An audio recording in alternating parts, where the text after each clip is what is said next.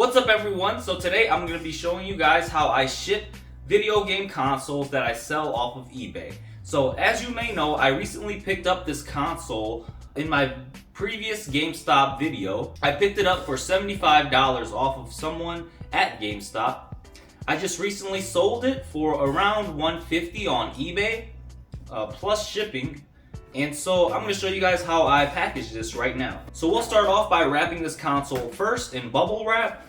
And to do that, I got this huge roll of bubble wrap. This is the bigger bubbles. You can purchase these wherever too, Walmart, Office Depot. And I like to buy a whole roll so that it lasts me a long time. The way that I like to do it is I try to get it in between somewhere so that it reaches at least, halfway of here. And then I like to roll this out more, and I like to look for where you are able to rip it apart. So it looks like it's right here. So I'll just easily rip this apart. And that adds one layer of protection onto the console. I've got a roll of tape here. Quickly tape that up like that. And I actually will do another roll to cover up the sides as well. That should give it a lot of protection right there like that. And there you have it, well secured like this. The next thing I'm gonna do is to wrap up this controller, making sure it's safe. And I'll just rip where the dotted lines are, and I'll easily just wrap it one time and just keep rolling it like this. And this should add a lot of protection onto the controllers. If you want, you can tape it. I probably will tape it. Just like that. Now the box that I'm going to use is a box that I picked up from Walmart, and it's the 12 by 8 by 10 box. Now these were, I'd say, around $1, maybe less. And I usually just pick up like a pack of 5 of them. Take my tape gun and tape the bottom first.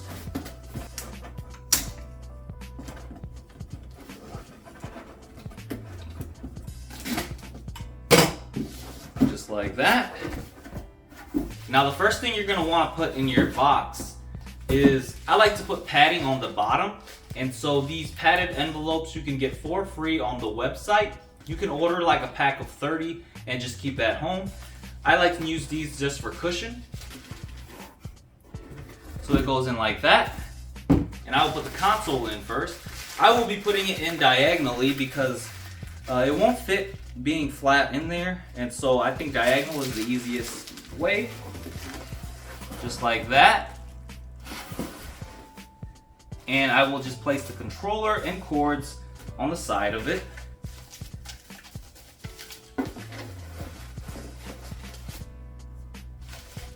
Now the cords you can wrap up if you want, but I think they will be safe in there just like this, so I'll just drop it in there like this. And there you have it. Looks like I still got a lot of room on this side of the box, so I'll probably just stuff it. It's important to keep a lot of your shipping padding that you get from Amazon orders or boxes.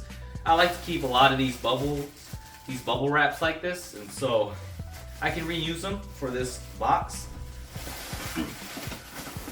I'll probably just put the whole thing in there. And just like that, it looks like that fitted perfect. And now the last thing I like to put on top is this, is just one more of these padded envelopes. Just like that. Close that up, and there you have it.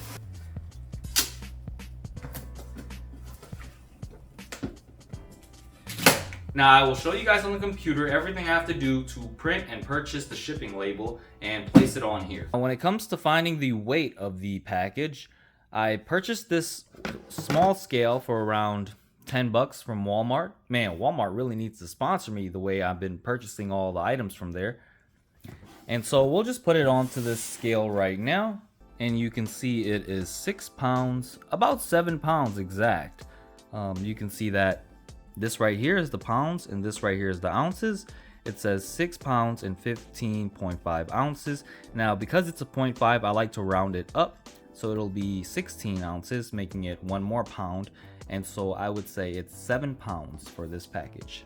So moving on to the computer now, you can see that I sold the item right here, a Xbox One S 1TB console with controller and power and video cables. You can see that I sold it for $148, and I set the shipping price as $13, and the buyer has to pay for that as well. Now I set it as $13 because that's kind of in the middle of what I expect it to ship at. Now it could be more or it could be less. If it's more, I'll take the loss. If it's less, I'll take the gains, I guess. What I'm going to do next is purchase shipping label. And this is where you can enter all of the information. I just weighed it and it ended up being £7 exact.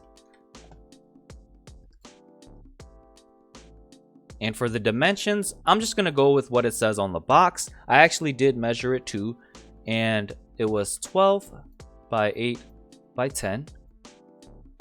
And you can see my options here. This is why I love shipping on eBay, because eBay actually gives you a discount on the shipping service that you use. And for this, I will be shipping USPS priority mail. That's what I typically like to use if it's cheaper.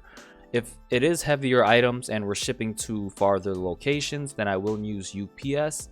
The way that it comes up with the price on the shipping, there is an algorithm or some kind of formula that USPS uses to calculate the shipping price for USPS priority mail.